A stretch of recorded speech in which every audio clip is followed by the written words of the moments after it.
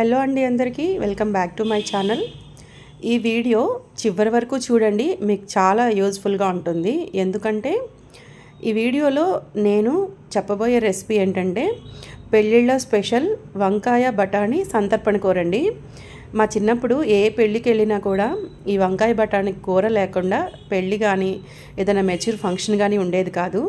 So ముందైతే నేను పొద్దున్నే లేచాను, బయట క్లైమేట్ అంతా మీకు చూపించాను ఆల్రెడీ, అండ్ పూజ చేసేసుకున్నాను.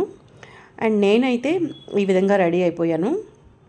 సో ఈ ఛానల్ అయితే కొత్తగా స్టార్ట్ చేశానండి. ప్లీజ్ చూసిన వాళ్ళందరూ చిన్న లైక్ ఇవ్వండి, నాకు ఇంకా మంచి ఎంకరేజ్మెంట్ ఉంటుంది. సో మన రెసిపీలోకి వెళ్ళిపోదాము. ముందుగా బఠానీల్ని ఈ విధంగా ఉడకబెట్టుకోవాలండి. కొంచెం నీళ్లు పోసుకొని కుక్కర్లో పెట్టుకోండి, బాగా మెత్తగా అయిపోతాయి.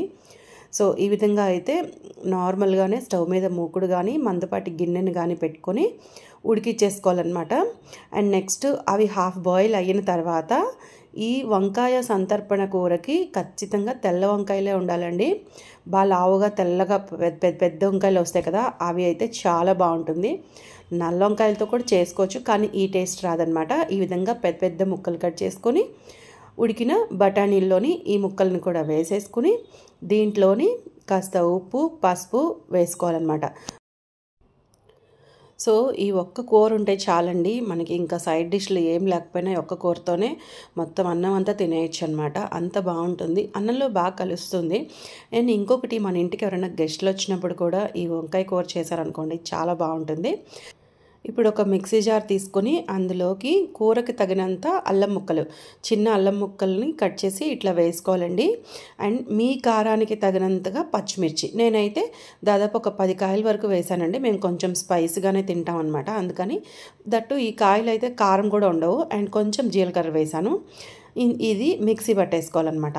ఈ అల్లం కారాన్ని మిక్సీ పట్టేసేసుకొని ఇప్పుడు మనం ఆల్రెడీ ముక్కలు ఉడికించుకున్నాం కదండి, వంకాయ బఠానీ ఆల్మోస్ట్ ఆల్ ఉడికిపోయిందనమాట. ఈ వాటర్ అంతా ఎవాపరేట్ అయిపోయిన, ఎక్కువ వాటర్ పోయక్కర్లేదండి. ఇది గుజ్జు కూరలాగా చాలా బాగుంటుంది.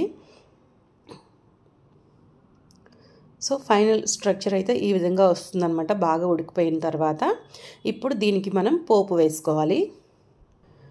వంకాయ కూర ఇష్టపడిన వాళ్ళు ఎవరు ఉండరండి, ఈ కూర చేసి పెట్టండి, మీ ఇంటికి ఎవరైనా వస్తే చాలా బాగుంటుంది.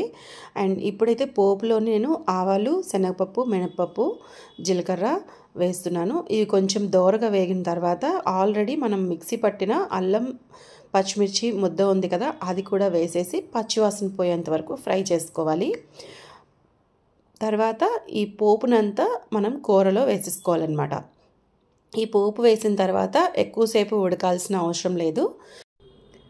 ఈ పోపునంతా కలిసే విధంగా మొత్తం అంతా కూడా చక్కగా కలుపుకోవాలి.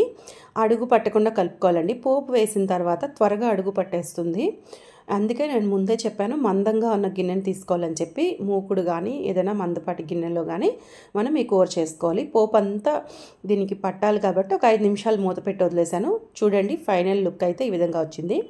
ఇప్పుడు దీంట్లోని మనం కొత్తిమీరతో గార్నిష్ చేసుకొని సర్వ్ చేసుకుంటే చాలా బాగుంటుంది. ఈ వంకాయ కూరకి మెంతికారం కూడా చాలా బాగుంటుందండి. ఈసారి ఎప్పుడైనా ఆ రెసిపీ షేర్ చేస్తాను. అండ్ కొత్తగా ఛానల్ స్టార్ట్ చేశానని చెప్పాను కదా, ఇంకా నా నుంచి మీరు ఎటువంటి వీడియోస్ చూడాలనుకుంటున్నారో నాకు కామెంట్ చేయండి, నేను ఆ వీడియోస్ చేయడానికి ప్రయత్నిస్తాను. అండ్ ఈ వీడియో ఇంతవరకు చూసినందుకు చాలా థ్యాంక్స్ అండి. వీడియో నచ్చితే చూసి వెళ్ళిపోకుండా ప్లీజ్ ఛానల్ని సబ్స్క్రైబ్ చేసుకొని సపోర్ట్ చేయండి. అంతే, వీడియో బై బాయ్.